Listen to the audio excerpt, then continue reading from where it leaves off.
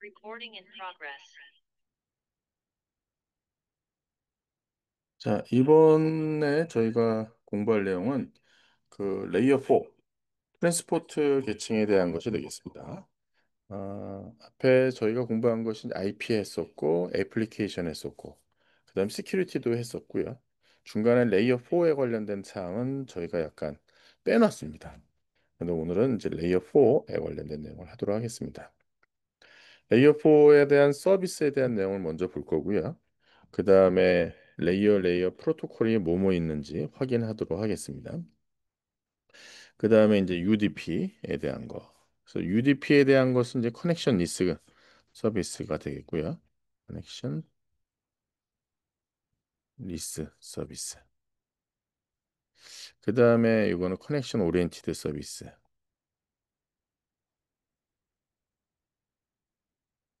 되겠습니다. 그 다음에 사실 SCTP는 꼭 구분한다면 세미 커넥션 오리엔티드? 그러니까 커넥션에 대한 거를 다 합니다.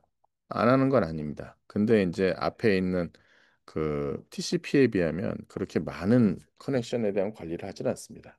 그리고 SCTP는 그 TCP하고 UDP에 대한 장점만 취했다라고 보시면 거의 맞을 것 같아요.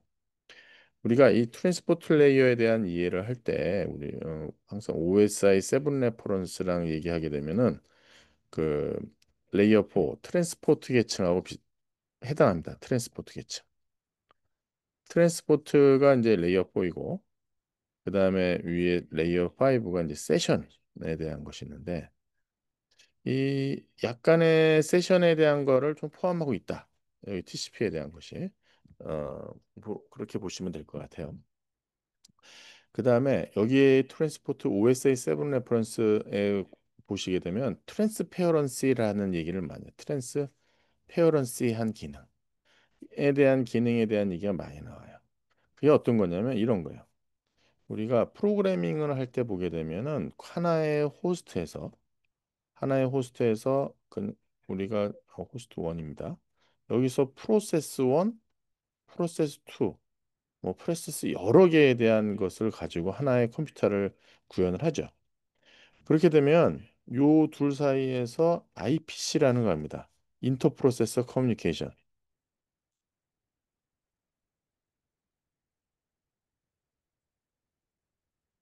그래서 이 IPC에 대한 절차가 여러 가지가 있어요. 뭐 메시지 큐라든가 세마포어라든가. 그래서 두 개의 메시지 중에 여기 하나의 프로세서에서 다른 프로세서로 뭐 알람을 보낸다든가 단순하게 메시지를 보낸다든가 이런 것들에 대한 것이 되게 많습니다. 이게 가장 대표적인 게 뭐 인터럽트죠. 인터럽트라고 하는 것이 밑에서 뭔가 발생하게 해서 다른 프로세서한테 뭔가 알려줄 때 그때 하는 것이 그 일종의 알람에 해당하는 거예요. 근데 아래쪽에 무슨 큐 같은 데서 메시지 받은 거를 다른 프로세서 넘겨줘야 된다. 그때 이제 메시지를 주고받아야 되는 거죠. 그래서 대개 보게 되면은 이렇게 하나의 호스트에서 프로세서 간의 커뮤니케이션에 대한 내용이 되게 많았는데 요거에 대한 것을 네트워크를 통해서 받으면 호스트 1이 있고요. 그다음에 네트워크를 통해서 연결돼 있고 호스트 2가 서로 있을 때 프로세서 하나는 여기서 돌고 다른 프로세서는 이쪽 다른 컴퓨터에서 돈다고 할 때 이때 서로 여기서 커뮤니케이션 하기 위한 방법 여기서 커뮤니케이션 하는 방법이 우리가 이야기하는 이제 소켓 프로그래밍에 해당하는 것이 됩니다. 소켓 프로그래밍. 근데 이거 보시게 되면 IPC는 맞아요. 근데 IPC에 대한 것이 하나의 시스템에서 돌아가는 게 아니라 다른 시스템에 있는 프로세서의 커뮤니케이션이라고 볼 수 있는 거예요. 하지만 요 프로세서 원 사용자는 내가 사용하는 접속해서 쓰는 프로세서 2가 다른 호스트에서 도는지 아니면 자기네에서 시스템에 도는 건지 모르도록 하는 그러니까 투명하게 내가 이게 지금 네트워크에 있는 건지 아니면은 그냥 내 컴퓨터 안에서 돌아가는 프로세서인지 모르게 하는 것을 약간 트랜스페어런시 하다라고 보시면 될 것 같습니다. 그래서 여기 제가 쓴 포인트가 이게 어디 갔나요? 이쪽이군요. 이 트랜스페어런시 하다는 얘기는 사실 투명하다. 그래서 네트워크에 대한 것이 좀 투명하게. 그러니까 여기 아래에서 보신 이런 외부에서 도는 것이 마치 내 시스템에서 도는 것처럼 보여주는 기능이라고 보시면 될 것 같아요. 그래서 이런 것을 하기 위해서 이 TCP, UDP는 뭘 하는 거냐? 클라이언트하고 서버 프로그램이 있는데 이것이 마치 하나의 호스트에서 도는 것처럼 보여주는 기능이라고 보시면 될 것 같아요. 호스트 1, 호스트 2 이렇게 나눠져 있을 때 저쪽 서버 쪽에 있는 거에 대한 것을 하나의 클라이언트에서 어, 접속해서 이걸 이렇게 접속해서 이제 서비스를 받고 싶을 때 마치 요 아래쪽에 호스트가 하나의 시스템에 서 있는 것처럼 보여주는 기능이 바로 TCP UDP다. 그래서 TCP하고 UDP에 대한 기능을 저희가 이제 공부를 하게 되겠습니다. 그래서 이거를 생각하실 때 하나의 그 프로세서 커뮤니케이션 하는 사람들 그런 관점에서 생각해 보시면 IPC에 해당한다라고 보시면 될 것 같아요. 제가 이 얘기를 왜 말씀드리냐면 컴퓨터 사이언스를 전공한 친구들은 사실 탑다운을 해서 내려오기 때문에 애플리케이션에서 프로세스에 대한 공부를 많이 하고 그다음에 IPC를 시스템에서 자기 내부에서 하고 그다음에 소켓을 접근을 합니다. 그러니까 이해가 상당히 좀 접근하는 방식이 우리하고는 다르죠. 반면에 이 더블 이쪽 하는 친구들 같은 경우는 이걸 접근하는 것이 버텀업으로 올라가다 보니까 애플리케이션 올라가기 전에 클라이언트 서버 프로그래밍에 대한 걸 하기 전에 하다 보니까 IPC에 대한 컨셉을 조금 좀 잘 모를 수가 있어요. 그래서 제가 노파심에 그런 내용을 좀 말씀드렸습니다. 자, 트랜스포트 레이어 서비스에 대한 것을 보면은 얘는 있는 것이 트랜스포트 레이어가 애플리케이션 레이어하고 그다음에 네트워크 레이어 가운데에 존재하게 되겠고요. 여기 보게 되면 프로세서 투 프로세서 커뮤니케이션에 대한 것을 제공한다. 하나는 로컬에 동작하고 하나는 그냥 로컬 호스트에 동작하고 디아더는 이제 다른 쪽에 리모트 호스트 쪽에 존재해서 그거를 서로 애플리케이션 돌아가는 것을 도와주는 것이라고 보시면 되겠습니다. 그래서 이 사이에서 여기엔 로지컬 커넥션이라고 하는 것이 존재하는 거죠. 이 로지컬 커넥션에 대한 것이 어떤 것이 있는지를 생각을 해보자는 거예요. 자, 아까 제가 앞에서 설명드린 그 내용입니다. 지금 이 앨리스가 여기 있고요. 앨리스가 여기 있고요. 밥이 이쪽 아래쪽에 어, 포인트가 또 잃어버렸네, 제가. 여기 이제 밥이 여기 있습니다. 그래서 앞에서 배웠었던 우리 IP 계층에 대한 걸 다 잊어버리고 위에 여기 사용하는 사용자 입장에서는 애플리케이션이 밥의 애플리케이션하고 접속해서 쓰려고 하는데 여기 트랜스포트가 하는 일이 뭐냐? 가운데 여기 네트워크 이런 여기 실제 얘가 경유하는 거 보게 되면 여기 있는 브릿지, 여기 있는 라우터, 그다음에 여기 스위치도 웬 스위치, 그다음에 내셔널 ISP, 그다음에 로컬 ISP가 됐던 리저널 ISP가 됐던 이런 라우터나 스위치를 경유해서 결국은 여기 밥이 여기에 존재하게 됩니다. 밥이. 근데 이런 것들을 다 안 보여주는 거예요. 그래서 마치 앨리스하고 밥 자체가 직접 커뮤니케이션 하는 것처럼 보여주는 것이 바로 여기 아래쪽에 이렇게 있는 것이 이제 레이어 4 트랜스포트 계층이다. 라고 보시면은 맞습니다. 아이 프로세서 투 프로세서 커뮤니케이션에 보게 되면 어, 이첫 번째 해야 되는 것이 보면 프로세서 투 프로세서 커뮤니케이션을 제공해 주는 것이고요. 프로세서라고 하는 것은 애플리케이션 엔티티, 러닝 애플리케이션이 되겠습니다. 그 다음에 how process communication이 어떻게 이루어지느냐 하기 위해서는 먼저 호스트 투 호스트, 프로세스 투 프로세스 커뮤니케이션에 대한 차이를 우리가 이해해야 된다라고 나오고 있어요. 그래서 여기 보게 되면 네트워크 트랜스포트에 대한 것이 나오는데 네트워크 레이어가 하는 것은 기껏 해봤자 이게 여기까지 전달만 해주면은 네트워크가 하는 일입니다. 네트워크가 하는 일이 여기까지 전달해주는 기능을 트랜스포트가 해주는 거죠. 그 다음에 트랜스포트 레이어가 해주는 거는 그 위에 올라가는 여기 있는 프로세스, 여기 프로세스하고 프로세스 사이에서 얘네들이 커뮤니케이션 하는 것을 처리하는 것이 바로 트랜스포트 레이어다. 프로세스를 프로세스를 구분하기 위해서 우리가 쓰는 것이 포트 넘버가 되겠습니다. 포트 넘버. 그러니까 포트 넘버라는 게 이제 항구 번호죠.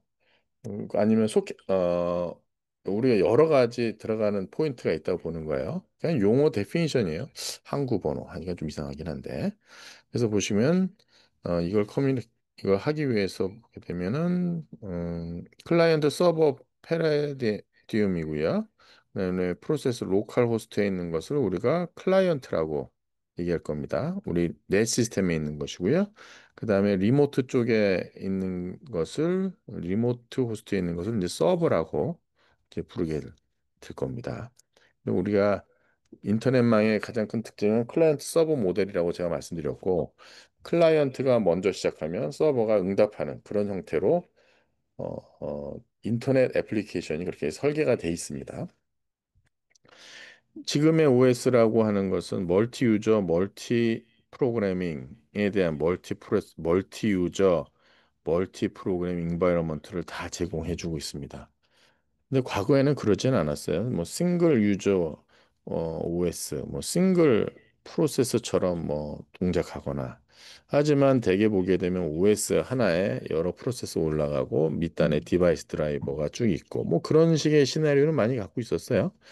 그래서 프로세서 간의 커뮤니케이션도 지금은 프로세스지만 이제 스레드라는 이름으로 해가지고 더 세분화되고 기능이 더 조금 고급화가 됐다고 보는 거로 바뀌었죠. 멀티 유저, 멀티 프로그래밍 유저 환경이니까 여러분들은 오히려 더 익숙하게 잘 알 수 있을 것 같아요. 리모트 컴퓨터가 이제 동시에 여러 개의 애플리케이션을 돌리고 있습니다. 보시게 되면 여기 보면 리모트 컴퓨터가 동시에 여러 개의 것을 지금 돌리고 있고요. 그 다음에 클라이언트 프로그램에 대한 것은 이 중에 하나에 대한 것을 이제 접속하는 그런 형태가 되겠습니다. 일반적으로 IPC 할 때 보게 되면 혹은 여러분 프로그래밍 할 때 보게 되면 우리가 그런 거 하잖아요. 그 IO 장치에서 혹은 파일 이름 같은 거 오픈하면 파일 같은 거 오픈하게 되면 파일 디스크립터라는 것이 나와서 파일 오픈한 거 그다음에 여기 리드하거나 뭐 라이트하거나 할 때 되면 요 FD 값을 반드시 참조를 해서 하잖아요. 클로즈 할 때도 이렇게 해서 여기 오픈한 값에 대한 걸 가지고 나서 내가 이거에 대한 리드 라이트 클로즈에 대한 액션을 수행을 하잖아요. 이게 어떤 거겠습니까? 되게 보게 되면 그 컴퓨터 OS 내에서 여기가 OS가 이제 파일 하나 오픈하게 되면 나 열어줘 하나 오픈하면 여기 FD 값을 파일 디스크립션을 딱 놀려주는 거죠. 그다음에 뭔가 액션을 할 때 되면은 요 FD 값 가지고 여기 쓴 것처럼 이런 식의 과정에 요 FD 값을 이제 쓰게 되는 거잖아요.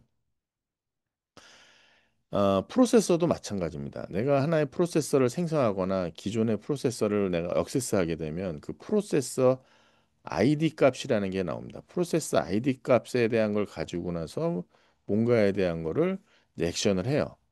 마찬가지예요. 그래서 뭐든지 이 프로세서에 대한 것은 OS가 관리하죠. 그래서 프로세서 ID 값에 대한 것이 쫙 있습니다. 그럼 해당하는 내 프로세서에 대한 걸 뭘 하고 싶을 때 내부적인 일을 하게 돼요. 이건 하나의 호스트에서 일어나는 일인데요. 지금 내가 프로그래밍을 하는데 하나의 내 로컬 호스트에서 저쪽에 있는 리모트 호스트에다가 내가 어떤 애플리케이션에 대한 거를 지금 요청을 해야 되는 거잖아요. 지금 요청을 하는 데 있어가지고 어떻게 하겠습니까? 로컬 호스트에서 저 리모트 쪽에다가 야, 내가 너한테 뭘 하고 싶어. 그다음에 너 네가 요청한 건 어떻게 됐어? 라고 할 때 보게 되면 이런 아이디 값이 필요하게 된 겁니다. 그 서버 쪽에서 들어가는 프로세스, 클라이언트 쪽에서 들어가는 프로세스에 대한 것을 지칭하기 위해서 상대방한테 나는 어떤 프로세스야, 난 어떤 프로세스랑 커뮤니케이션 하고 싶어 라고 얘기하는 것이 바로 포트번호가 되겠습니다. 근데 포트번호에 대한 게 항상 보면은 클라이언트가 먼저 요청하고 서버가 항상 리스판스를 하는 형태가 됩니다. 그러다 보니까 이쪽에 하실 때 보게 되면 여기는 내가 임의의 값을 뭐 정할 수가 있어요. 근데 여기는 알아야 될 거 아닙니까? 이건 그래서 사전에 서버에 대한 것은 많이 알려져 있어요. 그래서 웰로운 포트 번호가 있습니다. 웰로운 포트 번호가. 여기 보시게 되면 내가 데이타임, 내가 타임에 대한 것을 갖고 오실 때 쓰는 애플리케이션입니다. 요 서버가 있어요. 데이타임 서버에 대한 것이 포트 번호가 이미 13번이라고 알려져 있습니다. 그래서 이 13번에 대한 걸 지칭을 하게 되면 리모트 호스트의 이 요청에 대한 거는 13번에 해당하는 데이타임 서버에 보내주게 됩니다. 그래서 클라이언트 쪽에서 내가 나중에 리스판스 받기 위해서 임의의 번호를 하나 잡았어요. 52,000으로 잡았어요. 그래서 여기 야 지금 시간이 몇 시야? 지금 데이타임 너가 갖고 있는 데이타임이 얼마야? 라는 거 물어보기 위해서 데스티네이션 포트 번호, 웰로운 포트 번호, 데스티네이션 포트 번호, 자기 소스 포트 번호를 싣고 내서 그거에 대한 리퀘스트를 보내게 됩니다. 이렇게 이제 리퀘스트를 보내게 되면 그거에 리플라이가 옵니다. 리플라이 올 때에는 이쪽에 쓸 때 나 소스 포트 번호 몇 번이야. 그다음에 상대방 포트 번호 52,000번으로 내가 답을 하는 거야. 하고 나서 그 안에 컨텐츠를 실어서 보내게 됩니다.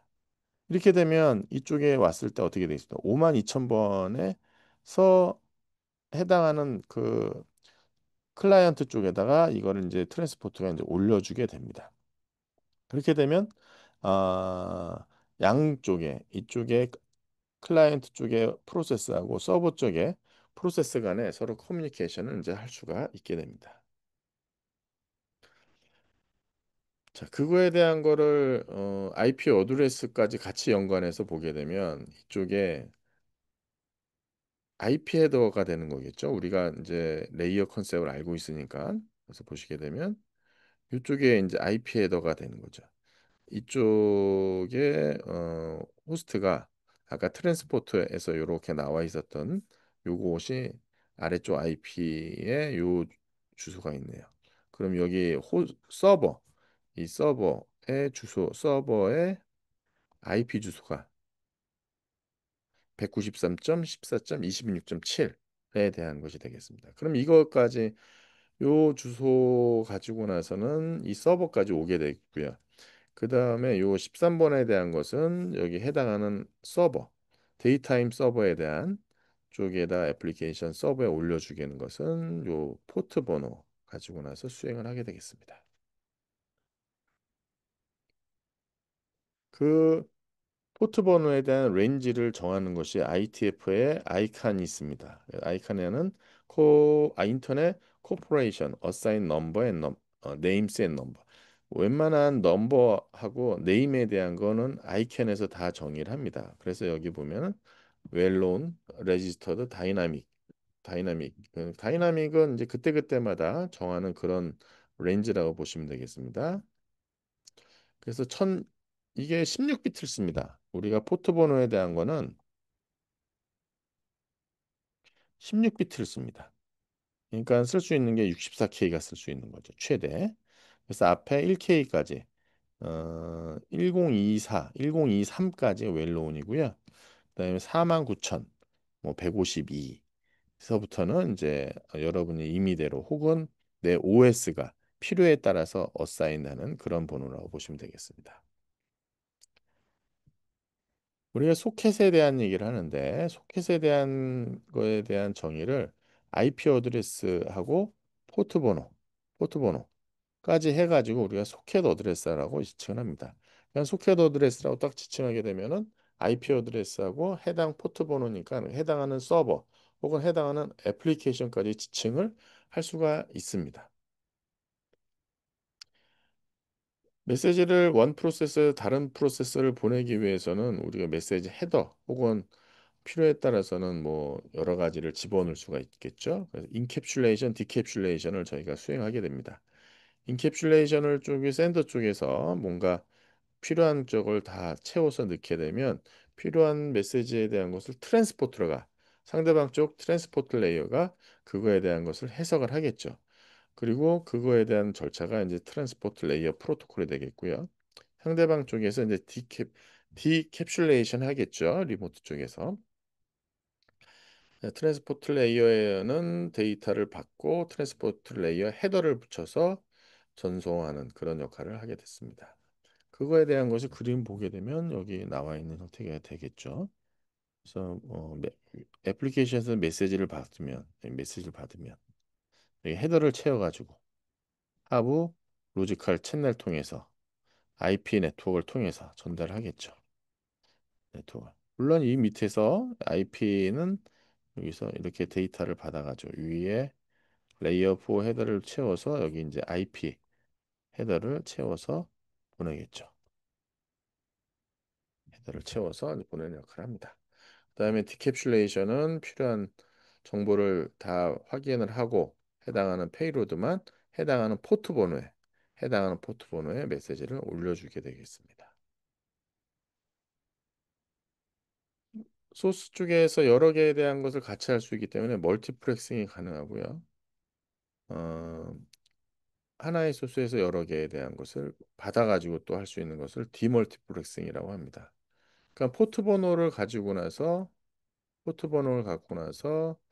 먹싱과 받아가지고 이 해당하는 포트 번호를 받아가지고 해당하는 번호로 디먹싱하는 과정이 가능합니다. 그거에 대한 거를 그림을 보시게 되면 이렇게 나와 있죠. 여기에 보시게 되면 이 트랜스포트 레이어 쪽에서 여기 지금 패킷 1, 2, 3를 받았습니다. 패킷 1, 2, 3를 위쪽에서 메시지 1, 2, 3에서 만들어서 보니까 데스티네이션이 1하고 3는 이쪽이에요. 1하고 3는 이쪽으로 가는 거고 그다음에 데스티네이션이 이쪽으로 가는 건 패킷 2가 이쪽으로 가는 거네요. 그렇게 되면 이쪽에서는 멀티플렉싱은 아니지만 여기서는 받아가지고 해당하는 서버에 보내주면 되겠고요. 여기서는 이제 받아가지고 해당하는 쪽에다 디먹싱해서 보여주는 것이 되겠습니다. 이렇게 되면 사실 여기 있는 클라이언트는 내가 쓰는 서비스가 어디 있는지를 몰라요. 어디 있는 서비스 관계없이 그냥 쓰게 해주는 거죠. 그래서 제가 앞에서 설명드렸던 내가 돌아가는 쪽의 얘 입장에서는 서버에 대한 것이 서버 1, 서버 2, 서버 3라고 쓰는 애플리케이션이 서버 2, 서버 3. 내 시스템에서 마치 돌아가는 것처럼 보이게 되는 거예요. 이렇게. 그러면 이게 뭐 내 컴퓨터 내부에서 돌아가는 건지 외부에서 돌아가는 건지 모르게 트랜스포트 레이어가 그런 기능을 해줍니다. 플로우 컨트롤이라고 하는 것은 항상 그 리시버의 용량이 중요합니다. 뭔가 보냈을 때 내가 받지 못했을 때는 전부 다 디스가딩 되는 거 아니에요? 받지 못할 때는. 그러니까 용량 자체가 샌더 쪽의 용량이 커가지고 샌더 쪽이 용량이 커서 리시버의 용량보다 샌더의 용량이 커. 그럼 어떻게 되겠습니까? 리시버가 받을 수 있는 용량이 적으니까 얘가 보내는 거를 리시버에 맞춰서 보내줘야 돼요. 리시버에 맞춰서. 반대로 리시버가 용량이 리시버의 용량이 크면 전혀 문제가 안 돼요. 샌더가 뭐 10으로 보내는데 리시버는 2, 30을 받을 수가 있어. 그럴 때는 전혀 문제가 안 됩니다. 그래서 이쪽 같은 경우는 샌더의 용량이 커가지고 그거에 대한 것을 잃어버리지 않도록 하기 위한 것이 바로 플로우 컨트롤이 되겠습니다. 그래서 보내는 쪽하고 컨슈밍 하는 레이트에 대한 밸런스가 필요하게 되겠습니다. 그래서 보시게 되면은 컨슈머가 더 크게 되면은 이거에 대한 것은 이제 버려야 되는 것이 있는 거죠. 그래서 여기 모어 슬로울리 하다면 컨슈머보다 모어 슬로울리 하다면 컨슈머는 이제 웨이트하고 시스템이 레스 이피션시 하게 되겠어요. 그래서 플로우 컨트롤이라는 것이 여기서 나오게 되겠고요. 데이터 아이템에 대한 컨슈머 사이트에 로징하는 것을 방지하기 위해서 하는 것이다. 앞에서 설명한 것을 지금 아마 프로덕트하고 그 소비, 생산과 소비에 대한 얘기로 썼어요. 푸싱하고 폴링에 대한 용어, 일반적인 용어예요. 데이터를 보내는 방법에 있어 갖고 푸싱하고 폴링에 대한 것이 있습니다. 보게 되면 어떤 리퀘스트가 없이 if send deliver에 대한 것을 하는데 프라이어 프라이어 리퀘스트가 없이 어? 그냥 보내는 거예요. 그럼 딜리버 입장에서는 이거 상당히 어 클라이언트 입장에서 소비자 입장에서는 부담스러울 거 아니에요. 좌우지가 저쪽에서 밀어넣기 하는 거예요. 푸싱하는 거예요. 푸싱. 근데 그렇게 안 하고 저쪽에서 요청할 때만 어?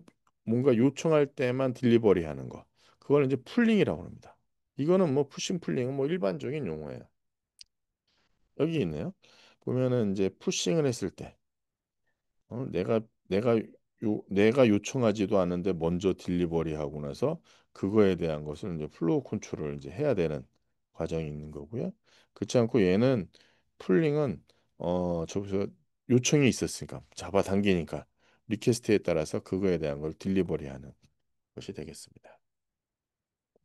에러 컨트롤 뭔가 잃어버렸을 때 그거에 대한 걸 어떻게 할 건가에 대한 것이 에러 컨트롤이죠. 그러니까 에러가 발생하지 않도록 최대한 플로우 컨트롤을 하는데 그래도 에러가 발생을 했어요. 그때는 이제 에러 컨트롤을 하게 되는 거죠. 그래서 보시게 되면 여기 포인트가 또 어디 갔나요? 여기 갔군요. 그래서 보게 되면 어, 샌더 상위에 대한 프로세서하고 그다음에 샌더 트랜스포터하고 그다음에 리시버 트랜스포터하고 그다음 리시버 프로세서 사이에 대한 얘기가 되겠습니다. 그런데 여기 샌딩 한번 볼게요. 먼저 샌딩 프로세서는 프로듀서가 되고요. 그다음에 프로듀스 메시지는 쌓여서 그 트랜스포터 레이어에 보내게 됩니다. 샌딩 트랜스포터 레이어는 어 컨슈머도 있고 프로듀서에 대한 이슈가 다 같이 갖고 있어요. 그래서 메시지를 이제 프로듀서에 대 보내고 그거를 인캡슐레이션 한 다음에 리시빙 트랜스포트에다 보내고 리시빙 트랜스포트는 또 컨슈머한테 그거에 대한 것을 패킷에 대한 걸 확인하고 그다음에 디캡슐레이션해서 그걸 보내는 그런 과정이 있는 거죠. 이거 뭐 일반적인 과정에 대한 것이네요. 어, 그냥 플로우 컨트롤 하는 내용이네요. 한번 볼게요. 그래서 보시게 되면 있죠.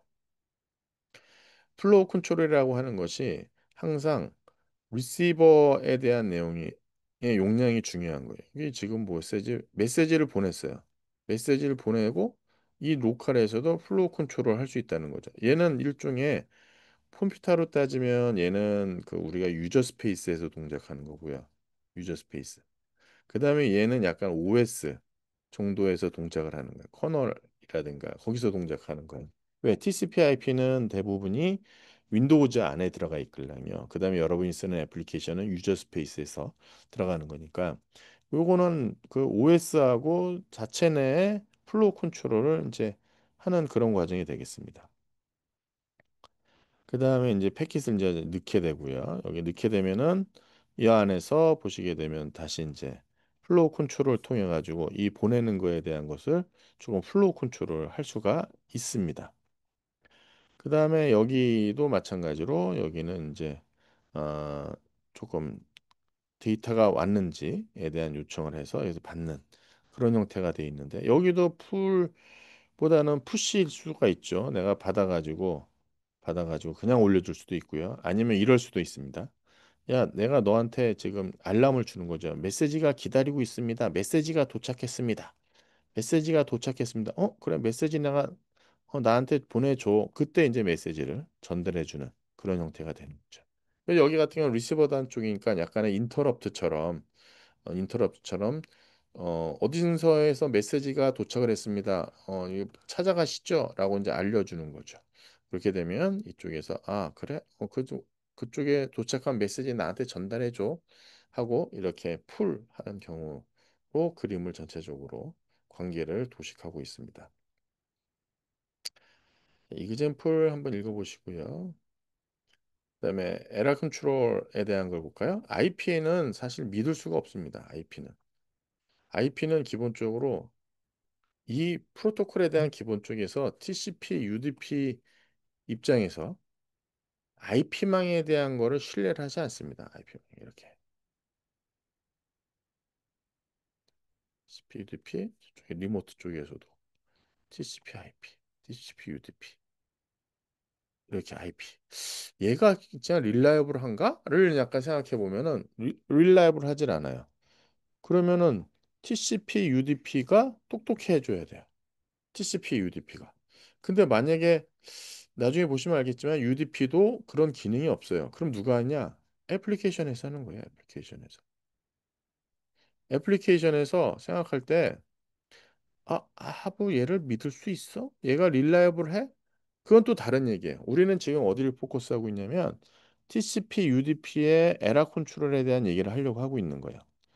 이걸 하기 위해서 제일 먼저 해야 되는 것이 왜 이런 기능이 만들어졌지 생각하면 TCP, UDP 입장에서 IP가 릴라이블해?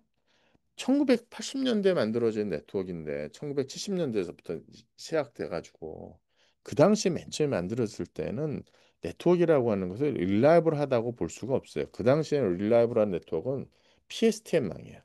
PSTN망은 진짜 릴라이블하게 동작하는 거고 데이터망은 어느 릴라이블입니다. 그래서 IP에 대한 것이 우리가 생각할 때 그때나 지금이나 윗단의 입장에 봐서는 언릴라이블하다고 보고 생각을 해야 돼요.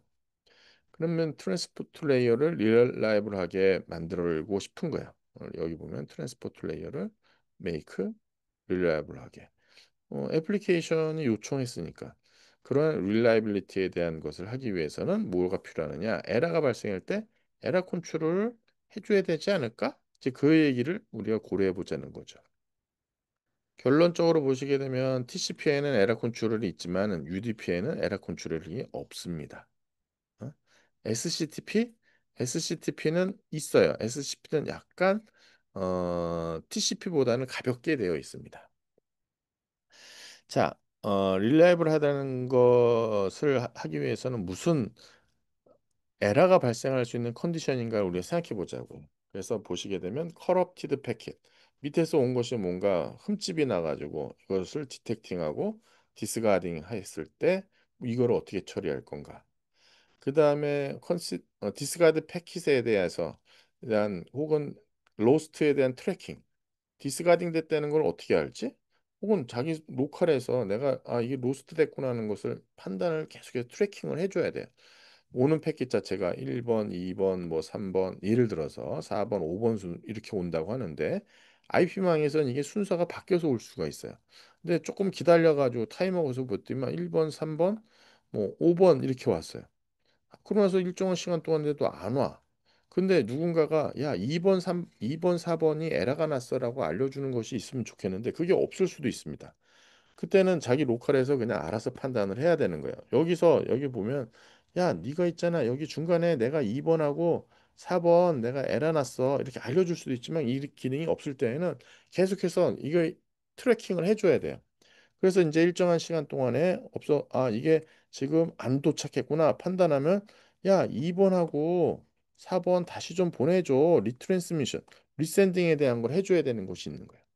뭐 2번 4번 이렇게 셀렉티브하게 하는 것도 있지만 야 2번부터 다시 보내 2 3부터 다시 보내 이렇게 할 수도 있죠. 어느 것이 더 효율적일지는 뭐 딱 보면 이게 더 효율적이죠. 2, 3, 4, 5 그냥 한꺼번에 오는 것보다 이건 네트워크 측면이지 사실 심플 동작하는 측면에서는 전체적으로 나 잃어버린 거 다시 보내 이게 더 심플할 수도 있어요. 물론 네트워크에서는 그만큼 오버헤드가 되겠지. 왜? 3번하고 5번은 이미 보냈는데 다시 또 보내야 되는 거잖아. 그 다음에 또 하게 되면 듀플리케이티드 패킷 어떠한 이유든지 간에 어떤 중간에서 얘가 듀플리케이트 해가지고 오는 경우 이거에 대한 것도 알아야 돼요. 그 다음에 미스패킹 났을 때 아웃 오브 오더 버퍼링 하는 거. 만약에 뭔가 패킷 도착하는 게 1, 2, 3, 4, 5로 도착하는 게 아니라 1번 도착하고 3번 도착하고 2번 도착하고 5번 도착하고 4번 도착했어. 이런 것들에 대했을 때 순서를 맞추기 위해서 이제 버퍼링을 해줘야 되잖아. 버퍼링 해가지고 위에 올려주는 서비스한테 딱딱 순서에 맞춰가지고 올려줘야 되는 것도 다 에라 컨트롤에 대한 거라고 보시면 되겠습니다. 자, 트랜스포트 레벨에서 서로 패킷을 서로 주고받았을 때 여기 보면 패킷을 주로 받아가지고 에라에 대한 것이 뭔가 에라 디텍션하거나 디스카딩 된 걸 킵 트래킹한 다음에 그거에 대한 에라 컨트롤을 해가지고 에라 컨트롤하면 여기 하는 것은 리트랜스미션밖에 없어요. 리트랜스미션 하는 거 이외에는 하는 방법이 없습니다. 플로우 앤 에러 컨트롤에 대한 컨비네이션, 플로우 컨트롤 투 버퍼가 필요합니다. 하나는 샌더용 버퍼가 하나는 샌더 사이드, 하나는 리시버 사이드. 그러니까 샌더하고 리시버 쪽에 각각의 이제 버퍼를 두고 나서 이제 동작을 시키는 거죠. 그래서 에러 컨트롤을 하기 위해서 우리가 뭘 쓸 거냐면은 이걸 쓸 거예요. 시퀀스 번호, 시퀀스 번호. 그다음에 여기 액크놀리지 번호.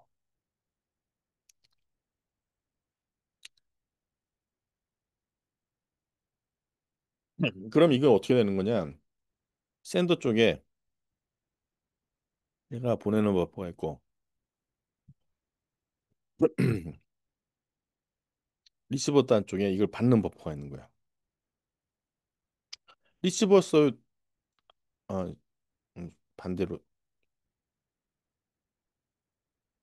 이렇게 그려야지. 이렇게 그려야지. 이쪽에 쓰이고 그다음에 이쪽에서 하는 거는 이렇게 해서 다시 이제 보내게 되면 이쪽에서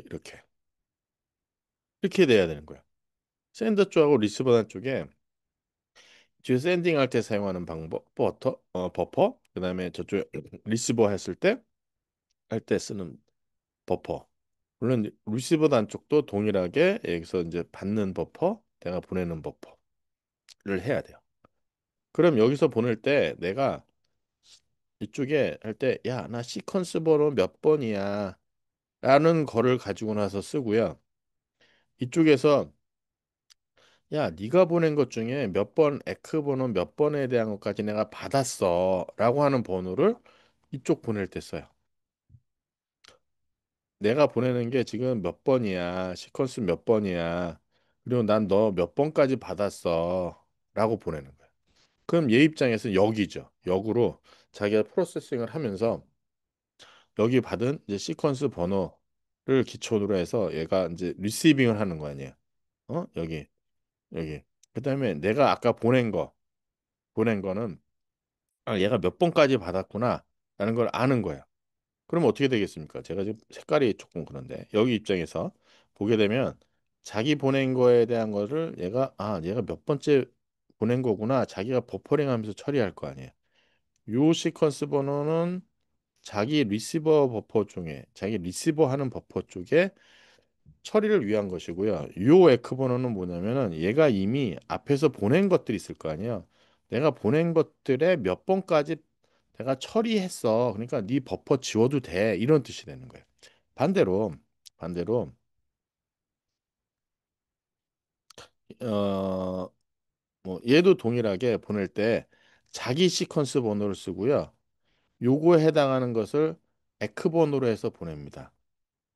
요 에크 번호는 요 시퀀스에 해당하는 거에 대한 에크예요. 여기 시퀀스는 내가 보내는 거야.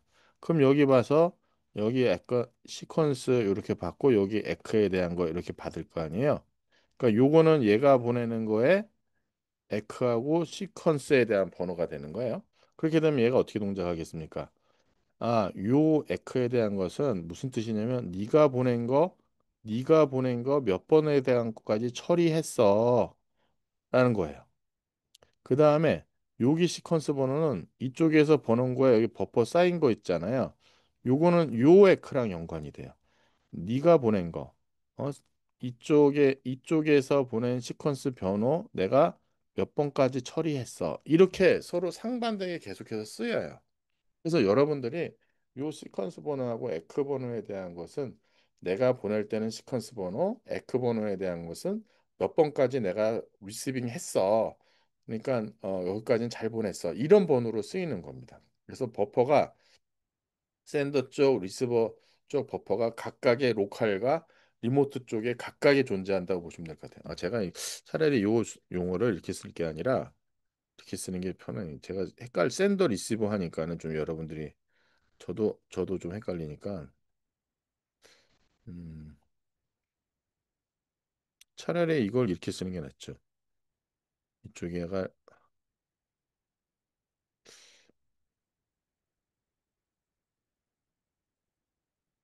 이렇게 쓰는 게 아니라 여기를 이제 로컬 호스트, 리모트 호스트, 리모트 호스트 이렇게 쓰는 게 이게 더 정확한 표현이겠네요. 이게 맞을 것 같아요. 그러니까 로컬 호스트, 리모트 호스트로 쓰고 보면은 로컬 호스트에 샌더 버퍼, 이건 리시버 버퍼. 그다음에 얘는 리모트 호스트에 리시버 버퍼, 리시버 버퍼. 그다음에 얘는 샌드 버퍼. 이렇게 쓰는 게 오히려 여러분들한테 맞을 것 같아요. 로컬 호스트하고 리모트 호스트 사이에서 각각의 여러분들이 헷갈리지 않도록 하시길 바라겠습니다. 자, 이게 약간 서큘러 폼에서 윈도우 슬라이딩 윈도우라고 쓰는데 별건 아니고요. 그냥 내가 데이터를 보내고 받는 거에 대한 걸 가지고 쓴 거예요. 보시게 되면 맨 처음에 여기 보시게 되면은 윈도우 사이즈는 이걸 16이라고 합니다. 우리가 윈도우 사이즈가 16이라고 하는 것은 그냥 슬라이딩 윈도우라고 썼는데 이게 우리가 버퍼예요. 서큘러 버퍼. 서큘러 버퍼로 해서 서큘러 버퍼가 0번에서 15번까지 있는 거예요. 그래서 0부터 쭉 채워 나가다가 15번 되면은 다시 앞에 돌아와 가지고 0부터 채우는 그런 버퍼를 얘기하는 거예요. 근데 이제 약간 슬라이딩 윈도우처럼 돼 있어 갖고 슬라이딩 윈도우라고 돼 있는 거죠. 이게 무슨 뜻인지 한번 볼게요. 이게 지금 샌더 버퍼예요. 샌더 쪽에 그러니까 우리 내 로컬에 있는 샌딩 버퍼예요. 샌딩 버퍼예요. 그래서 보면 내가 제로서부터 지금 0, 1, 2, 3, 4, 3까지 갔어요. 그래서 퍼스트 보냈고 그 다음에 3까지 돼 있고 넥스트는 다음번에 보낼 거를 여기 포인트를 갖고 있습니다. 포인트를 시퀀스 넘버가 넥스트 패킷이에요. 그러니까 보낼 때 시퀀스 넘버가 예를 들면 4다 하는 얘기는 뭐냐면 3번까지 보냈다는 얘기야. 3번까지. 내가 지금 보내는 거는 3번 내가 지금 보내는 건 0번이야. 시퀀스 번호는 어 0번이야. 그러니까 첫 번째나 0번이야. 그다음에 넥스트 시퀀스는 4번이야. 이렇게 포인트가 되는 거고 이렇게 되면 여기는 네 개를 보낸 거죠. 네 개의 패킷을 지금 전달을 한 거예요. 그럼 보낼 때 지금 이 샌딩 버퍼에는 어떻게 돼 있냐면 0부터 시작해 가지고 시퀀스 번호에서 보냈어요. 0번으로. 그다음에 네 개를 보냈어요. 그런 포인트가 어떻게 가 있냐면 아직 0서부터 3번까지 차 있는 거고 넥스트 시퀀스 포인트는 4번을 가리키고 있는 거예요. 그러면은 얘는 언제부터 요렇게 이제 있는 거고 얘는 무슨 얘기냐면 아직도 내 버퍼가 지금 12개까지 비어 있다는 거죠. 12가지 버퍼가 12개 비어 있고 4개는 보냈는데 아직 이걸 내가 버려야 될지 리트랜스미션을 해야 될지 아직 모르고 있는 상황이에요. 그 다음에 이제 이 상황에서 5 패킷 has been sent. 여기서 5 패킷을 보내게 되면 이거는 그냥에 대한 것이네요. 5 패킷 has been 앞에는 4 패킷 보낸 것이고요. 그냥 하나의 예를 똑같이 한 거네요. 아까는 4개 보낸 거고요. 이번엔 5개 보낸 거네요. 그래서 뭐 넥스트 시퀀스 넘버가 지금 5 된 것이고 앞에 있는 경우랑 동일한 케이스가 되겠습니다. 그 다음에 얘는 어, 윈도우가 풀 됐을 때에 대한 내용인데 여기는 지금 보게 되면 세븐 패킷을 보냈습니다. 세븐 패킷을 여기도 뭐 똑같은 건데요. 여기도 제로에서 지금 세븐 패키까지 다 보낸 것이 되겠고, 윈도우 이제 풀에 대한 얘기는 특별한 얘기는 없을 것 같은데요. 만약에 지금 4, 5에 대한 얘기를 한다면 이렇게 되는 가기보다도 만약에 이렇게 되면 이렇게 돼야 될 것 같은데 만약에 네 있다고 다섯 개가 됐으면 하나, 둘, 셋, 넷, 다섯 여기까지 차야 될 것 같은데 여기까지 차고 아직 여기는 에크를 못 받은 걸로 차 있는 거고요. 그다음에 여기까지가 다섯 개 차 있고요. 여기까지 차 있고요. 여기까지 다 차 있고 그다음에 다시 여기서 일곱 개를 보내게 되면 그러니까 여기까지 차 있는 여기까지 지금 차 있는 거예요. 그다음에 여기가 일곱 개가 다 차는 것이 되는 거죠. 이렇게 해서 윈도우가 풀이 되겠죠. 풀이 된다면 그러니까 이거는 무슨 얘기냐면 윈도우 사이즈가 한 16개가 됐는데 16개 돼 있는 상태에서 16개가 돼 있는 상태에서 맨 처음에 포인트가 어디 갔습니까? 어, 윈도우가 16개인데 16개인 윈도우 사이즈에서 맨 처음에 보낸 게 4개 보냈고 그 다음에 5개 보냈고 그 다음에 7개 보냈고 그래서 16개가 풀로 꽉 찬 거예요.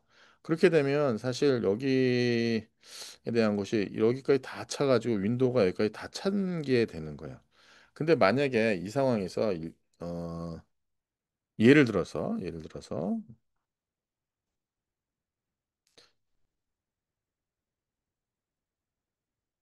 마지막에 보내려고 하는 것 자체가 7개가 아니라 9개를 보냈어요. 보내려고 그랬어. 근데 윈도우 사이즈가 지금 비어 있는 거는 7개밖에 없걸랑요. 지금 16개 윈도우 사이즈에서 지금 9개 차 있잖아요. 그러면 두 개는 보내질 않습니다. 두 개는 보내질 않고 위쪽에서 갖고 있어야 되겠죠. 7개만 보내게 됩니다. 그럼 왜? 윈도우 사이즈가 풀로 꽉 찼으니까. 윈도우 사이즈가 풀로 꽉 차서 여기 보면은 여기까지 해서 7개를 다 채우는 거고요. 7개까지. 그다음에 나머지 9개 보낸다고 했을 때 2개는 아직 못 보내고 쌓여 있는 경우가 되겠습니다. 이런 상황에서 지금 그다음 슬라이드가 내용이 뭐냐면 여기 보시면 그거인 거예요. 패킷제로 해집은 에크놀러지. 제로 에크놀러지. 저쪽에서 리모트 쪽에서 리모트 호스트 쪽에서 제가 이제 에크 번호를 갖고 온 거야. 야, 너가 지금 한 거요. 지금 네가 보낸 거 중에 내가 0번, 0번을 처리했어라고 하게 되면 아까 지금 여기까지는 꽉 찼었습니다. 여기까지 이제 여기까지 이제 꽉 차 있는 경우가 되겠고요. 요것이 이제 비는 거지. 여기가 비는 거지. 여기가 비는 거지. 여기 하나가 비는 거지. 그러면은 아까 제가 여기 빨간색으로 표시한 것 중에 2개가 아직 기다리고 있다라고 그랬었잖아요. 그럼 그 다음 보낼 때 하나만 전송할 수 있어요. 하나만. 지금 윈도우 사이즈 하나가 비었잖아요. 지금 하나 비었잖아요. 그럼 윈도우 사이즈가 하나만 어베일러블한 윈도우 사이즈 하나니까 지금 위에서 보내려고 하는 2개 중에 하나만 보내면 다시 이제 풀로 다 윈도우가 꽉 차겠죠. 그럼 이게 뭐가 해야 되겠어요? sen더가 보내고 싶어도 못 보내는 거예요. 지금 리시버단 쪽에 용량이 제가 최대 받을 수 있는 건 16개밖에 없는 거예요. 내가 보내고 싶어도 16개 이상 넘으면 못 보내는 거예요. 그다음에서 내가 2개를 내가 지금 키핑하고 있는데 제가 마침 한 개 지금 비었다고 온 거예요. 그러니까 내가 한 개를 이제 보낼 수 있는 그런 것이 되겠습니다. 그래서 서큘라 윈도우에 대한 설명이 이렇게 나와 있고, 저는 이게 지금 보면은 이렇게 되어 있는데 아마 좀 한번 여러분 텍스트를 한번 읽어보시기 바라겠습니다. 저는 4 패킷 먼 처음에 보내고 그 다음에 5 패킷 보내고 그 다음에 7 패킷을 보내고 난 다음에 그 다음에 대한 얘기를 해야 될 것 같아요. 자, 그 다음에 컨제스천 컨트롤을 볼까요? 컨제스천에 대한 것은 패킷 스위치에서 컨제스천이 정말 중요합니다. 이게 컨제스천이 발생하면 인터넷망 같은 경우 전부 다 로스입니다.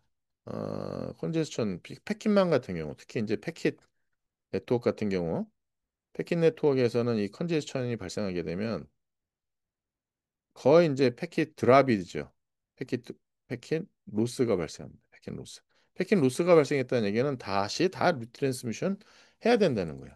그 이유는 전부 다 이 로드가 많이 들어왔기 때문에 패킷이 처리할 수 있는 용량보다 더 들어왔기 때문에 그런 거죠. 그래서 보시면 여기 보면 넘버 오브 패킷 센트 투 더 네트워크이라는 것 자체가 넘버 오브 네트워크 핸들 그러니까 네트워크가 처리할 수 있는 용량 보다 더 많이 들어왔을 때가 되겠습니다. 그래서 그거를 아래쪽으로 떨어뜨리도록 이제 해야 될 거예요. 그래서 보시게 되면 컨제스천 컨트롤은 keep load below the capacity. 용어에 대한 것이 약간 차이가 있긴 합니다만 우리가 컨제스천이 발생하지 못하도록 하는 컨제스천이 발생하는 어떤 포인트가 있을까요? 컨제스천 딱 뭔가 딱 발생하는 포인트 혹은 컨제스천이 그거에 미치는 영향이 있을 거예요. 어디 영향? 이것이 발생하기 전까지 컨트롤하는 과정이 있고요. 이미 이것이 발생해서 이거를 최소화하는 이후 발생해서 발생하는 컨트롤이 있을 거예요. 이거에 대한 것을 보면 우리가 프리액티브, 뭔가 발생하기 전에 프리액티브하게 발생하는 과정이 있고요. 그 다음에 발생하고 난 다음에 이걸 최소화하고 그 듀레이션이라든가 에리아를 최소화할 수 있는 것이 리액티브 컨트롤이 되겠습니다.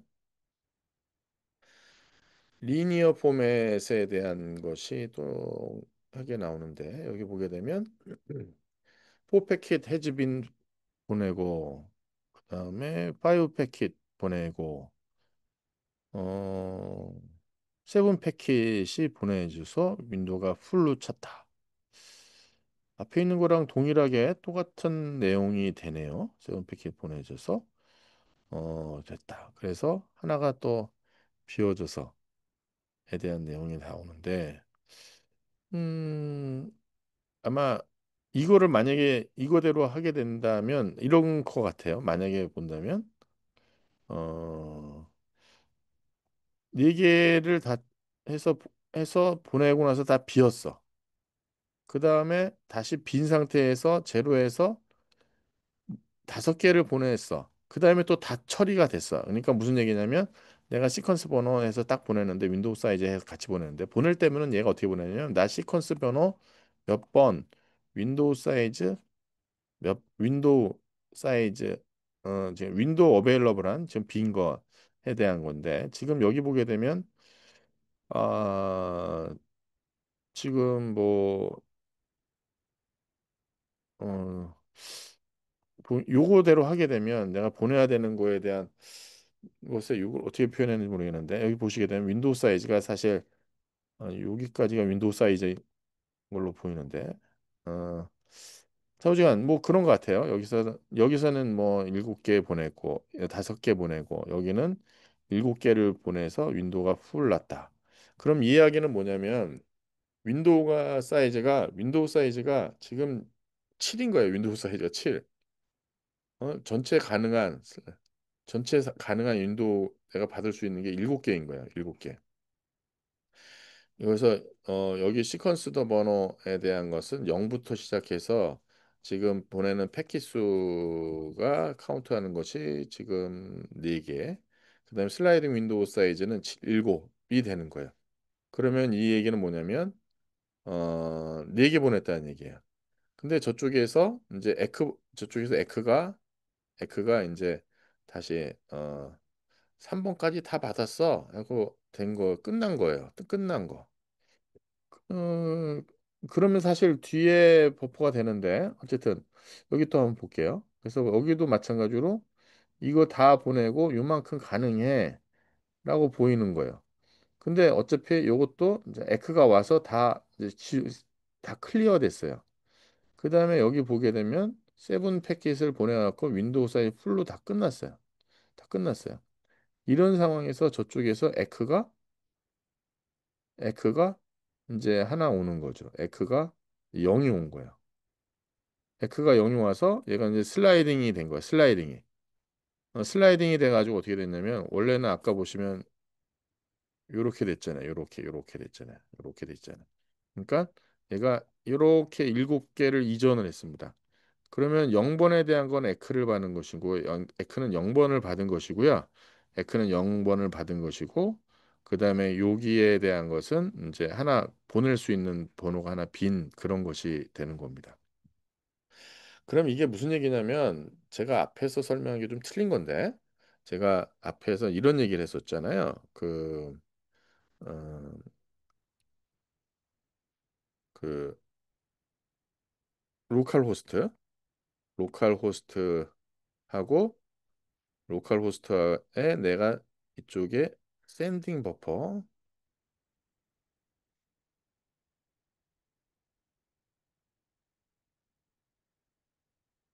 버퍼가 있고 저쪽 리모트 쪽에 리모트 호스트 쪽에 리시버 버퍼가 있어요. 리시버.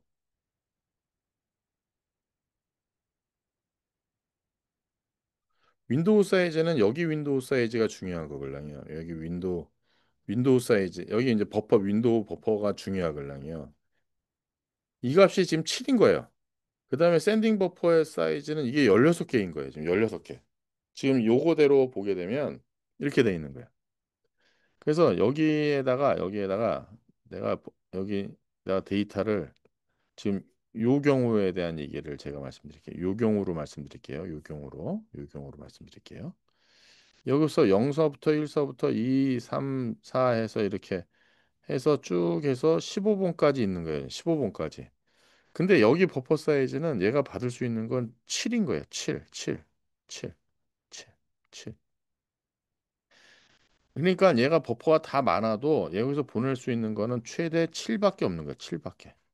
여기 보는 게 7. 그래서 얘가 7을 보냈어요. 이쪽으로. 7을 이렇게 7개를 보냈어요. 왜? 얘 사이즈 있는 것이 7개밖에 안 되잖아. 여기 버퍼 사이즈가 7밖에 안 되잖아. 7밖에. 그러니까 얘가 7밖에 안 되니까 얘는 뒤에 있는 거 많이 있는데 보내야 될 건 되게 많은데 여기 버퍼 사이즈 있는 건 16개까지 지금 쌓여 있어. 보낼 게.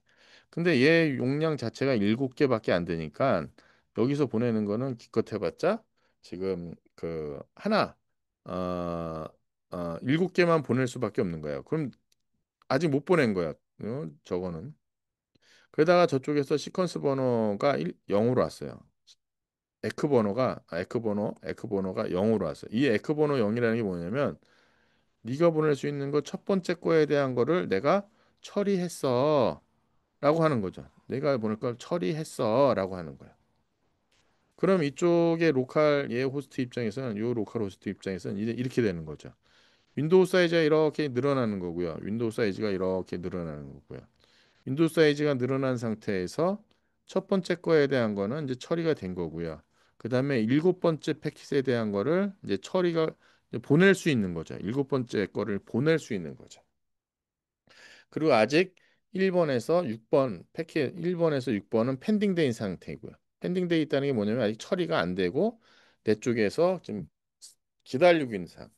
그래서 지금 보시게 되면 이 슬라이딩 윈도우를 제가 앞에서 좀 설명을 좀 잘못한 것 같은데 슬라이딩 버퍼에 대한 슬라이딩 윈도우가 있는 것이죠. 그러니까 슬라이딩 윈도우가 이 버퍼에 대한 거죠. 버퍼. 제가 좀 설명을 좀 잘못한 것 같아요. 그러니까 요 버퍼에 대한 것으로 쭉 있는 거라고 보시면 될 것 같아요. 자, 그 다음에 이제 커넥션 오리엔티드 프로토콜, 트랜스포트에는 두 가지에 대한 기능이 있습니다. 트랜스포트 레이어, 네트워크 프로토콜과 같이 커넥션 위에 포인트 있다. 커넥션 리스 서비스가 있고 커넥션 오리엔티드가 IP가 커넥션 리스에 해당한 거 네트워크에서는 그다음에 제가 커넥션 오리엔티드는 엑스타 25라는 얘기를 말씀드렸어요. 네, 트랜스포트 계층에서도 마찬가지가 되겠고요. 커넥션 리스 서비스에 대한 것이 있습니다. 그래서 커넥션 리스는 디퍼런트 데이터그램 세임 메시지 하나의 메시지에서 디퍼런트 데이터그램으로 해서 서로 디퍼런트 패스를 갈 수가 있고요. 디퍼런트 패스를 갈 수가 있고요. 커넥션 리스 서비스에서는 그렇게 되어 있는데 여기 죄송합니다. 보면 여기 at the network layer, at the network layer 같은 경우는 그 커넥션 리스 서비스 같은 경우는 디프런 데이터그램으로 디프런 패스를 갈 수 있는데 트랜스포트 레이어에서는 여기 트랜스포트 레이어에서는 인디펜던트하게 이런 인디펜던스에 대한 것이 있다는 것이고요. 커넥션 오리엔티드에서는 디펜던시가 있다는 거네요. 뭐 그냥 용어에 대한 정의인데 보게 되면 커넥션 오리엔티는 디펜던시, 커넥션 리스는 인디펜던시. 패킷의 패킷 패스에 대한 것이 이렇게 있다는 얘기를 하고 있습니다. 커넥션 리스 서비스에 대한 걸 보게 되면 데이터에 대한 것을 포인트가 어디 갔나요? 포인트 찾는데 이게 힘드네요, 제가. 참. 데이터에 대한 것을 정크로 만들고 트랜스포트 레이어가 받아서 원 바이 원으로 위에 올려주게 되겠고요. 트랜스포트 각각의 정크는 하나의 싱글 유닛으로 만들어 가지고 보내게 되겠습니다. 이거는 애플리케이션에 전달이 되겠고요. 그다음에 아래쪽에 보낼 때는 패킷으로 만들어서 아래쪽에 보내게 되는 것이 커넥션 리스 서비스가 되겠습니다. 여기 보게 되면 클라이언트 프로세스하고 클라이언트 트랜스포터가 이렇게 메시지를 이렇게 이제 보내게 되면 그거에 대한 것을 하나하나씩 만들어서 패킷 제로, 패킷 1, 패킷 2에 대한 것을 커넥션 리스 환경으로, 커넥션 리스 환경이기 때문에 서로 이제 방향에 대한 것이 서로 달라서 패스가 달라가지고 지금 도착을 이렇게 달리했습니다.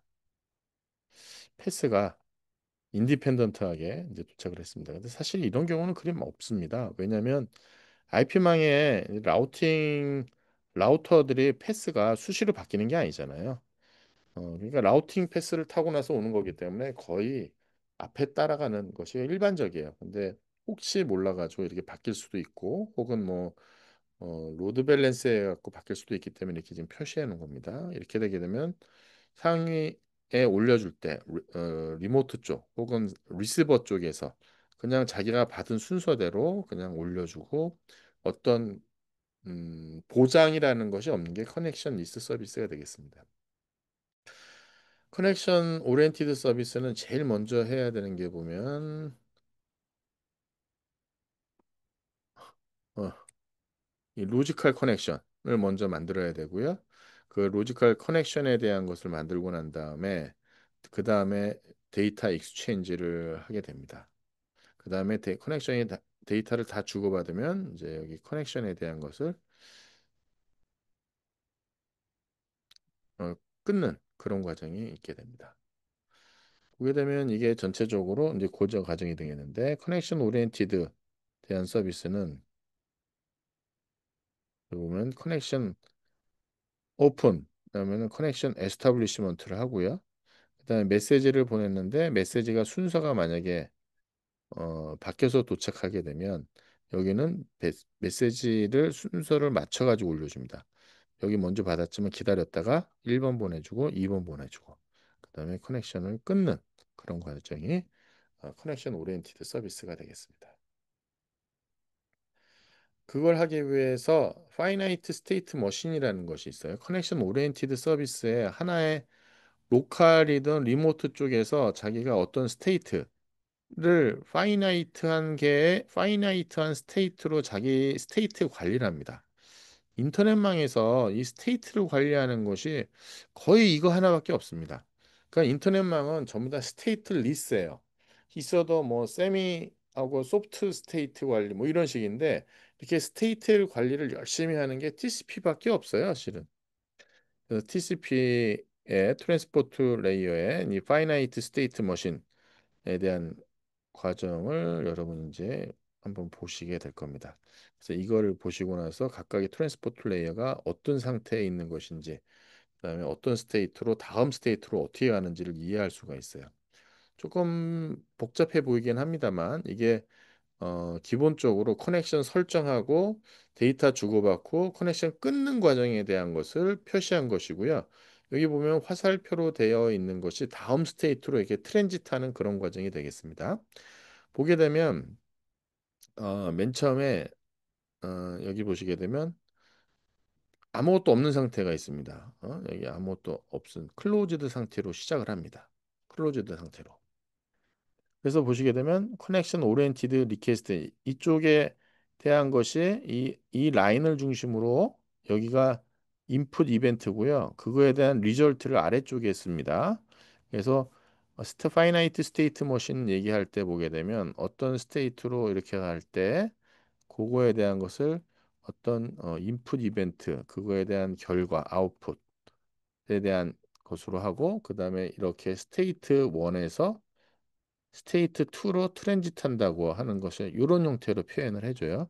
한 스테이트에서 다른 스테이트로 가는 거에 어떤 이벤트가 발생했을 때 어떤 결과를 내놓고 나서 이 스테이트로 처리한다는 거예요. 그래서 여기 첫 번째 클로즈드 스테이트에서부터 다음은 오픈 웨이트 1 스테이트, 오픈 웨이트 2 스테이트로 가게 되는데 보시게 되면 여기 리퀘스트를 받아가지고 오픈 리퀘스트에 대한 패킷을 다른 쪽에 보냅니다. 그럼 다른 쪽에 보내놓고 나서 나는 오픈 웨이트 1 상태로 기다리고 있는 거예요. 근데 저쪽에서 아더 사이드에서 이제 에크가 옵니다. 에크가 오면 아무것도 안 하고 여기 오픈 웨이트 2 스테이트로 이제 기다리고 있습니다. 오픈 웨이트 2 스테이트에서 뭐가 되냐면 오픈 리퀘스트 패킷이 다른 쪽에서 도착을 하게 되면 그쪽에서 뭔가 도착을 하게 되면 나는 그때 이제 에크 패킷을 보내게 됩니다. 그러고 난 다음에 이제 에스타블리시를 하게 됩니다. 자, 이거는 아무것도 안 하고 있다가 저쪽에서 내가 샌드를 해서 보낼 수도 있습니다. 무슨 얘기냐면 이게 내가 내 로컬 쪽에서 여기 보면은 내가 오픈 리퀘스트를 보낸다 그랬잖아요. 내가 요청해서 싱크라는 걸 보낸다. 싱크. 저쪽에서 에크가 온 다음에 내가 그 다음에 에크를 보내게 됩니다. 이렇게 보냅니다. 어? 여기 보면 이렇게 돼 있는 거예요. 맨 처음에 여기 아무것도 없습니다만 여기 오픈 리퀘스트 패킷. 이게 이제 요게 이제 오픈 리퀘스트가 되는 거고요. 오픈 리퀘스트가 되는 거고요. 요걸 보내놓고 나서 자기 스테이트는 오픈 웨이트 1 스테이트가 돼 있는 거죠. 그 다음에 저쪽에서 에크가 이렇게 오게 되면 아무것도 안 하고 있다. 오픈 웨이트 2 스테이트가 되는 오픈 웨이트 2 오픈 웨이트 2 그다가 저쪽에서 어느 쪽에서 오픈 에티켓 저쪽에서도 혹시 오게 되거나 뭐 동시에 왔을 때 뭐 좌우지간 그 상태에서 뭐 그렇게 되면 내가 이제 에크를 보낸 다음에 에스타블리시 상태가 돼요. 이제 이렇게 됐다는 얘기는 뭐냐면 데이터를 주고받을 수 있는 상황이 된 겁니다. 그래서 데이터를 서로 주고받을 수 있도록 지금 어, 에스타블리시 상태가 된 거고요. 여기서 데이터를 주고받다가 어느 한쪽에서 내가 커넥션 클로즈 하겠다고 리퀘스트 하게 되면 나도 클로즈 하겠다고 보내는 겁니다. 그 다음에 자기 클로즈 웨이트 원 상태로 빠지고요. 그 다음에 상대방 쪽에서 에크에 대한 것이 오게 되면 나 클로즈 웨이트 2로 빠지고요. 그 다음에 저쪽에서 뭔가 오던 안 오던 내가 에크를 보내가지고 클로즈를 해서 그렇죠. 제 커넥션을 끊는 그런 과정이 되겠습니다.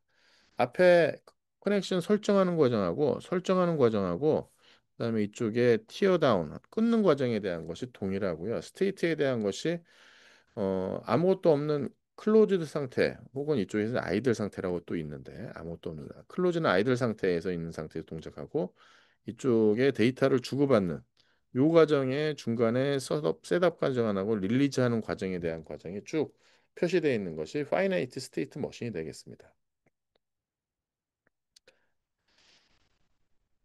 자, 트랜스포트 레이어 대한 거 볼까요? 트랜스포트 레이어 프로토콜에 그런 프로토콜이 뭐가 있는지 뭐 간단하니까 이것까지 하도록 하겠습니다. TCP, UDP, SCTP가 있습니다. 프로토콜 스택의 관계를 보시게 되면 이렇게 트랜스포트 레이어 중간에 있고요. 애플리케이션에 대한 거 우리가 공부했으니까 이렇게 상위의 계층하고 네트워크 계층의 IP에 대한 것이 있는 것을 보실 수가 있습니다. UDP에 대한 거는 하는 것이 보면은 Unreliable Connectionless Transport Layer 프로토콜이 UDP가 되겠고요. 상당히 심플하고요. 이피션시한 애플리케이션에서 씁니다. 그래서 여기 보면 애플리케이션 레이어에가 에러 컨트롤을 갖고 있는. 그러니까 여기는 에러 컨트롤이 없습니다. 그러니까 만약에 에러 컨트롤 발생하는 건 애플리케이션에서 처리하면 되겠고요. TCP는 상대적으로 릴라이블한 커넥션 오리엔티드 있고요. 그 다음에 어, 애플리케이션 자체가 릴라이블한 것을 요청할 때 쓰는 것이 TCP가 되겠습니다. 그 다음에 SCTP는 TCP, UDP에 대한 그 장점을 모아놓은 것이라고 보시면 되겠고요. 포트 넘버는 양쪽 다 별도로 씁니다. 그래서 보시게 되면 웰론에 대한 포트 번호가 있습니다. 여기 보시게 되면 포인트가 TCP, UDP가 각각 있을 수 있어요. 아까 저희가 보인 게 이제 데이타임이라는 거 가지고 나서 여기 보면 데이터하고 타임을 리턴해 주는 것이 있고요. FTP하고 텔넷에 대한 거 23번 FTP가 있고 23번 텔넷. 그다음에 심플 메일 트랜스퍼 메일 주는 게 53번. DNS가 어 53번, SMTP 25번. 그다음에 DHCP가 67번. HTTP가 80번. 그 다음에 나중에 저희가 네트워크 매니지먼트 할 텐데 심플 네트워크 매니지먼트가 160에서 162번에 대한 것이 이렇게 동작을 하고 있습니다. 자, 일단 여기까지 하고 다음에 이제 UDP에 대한 내용을 하도록 하겠습니다.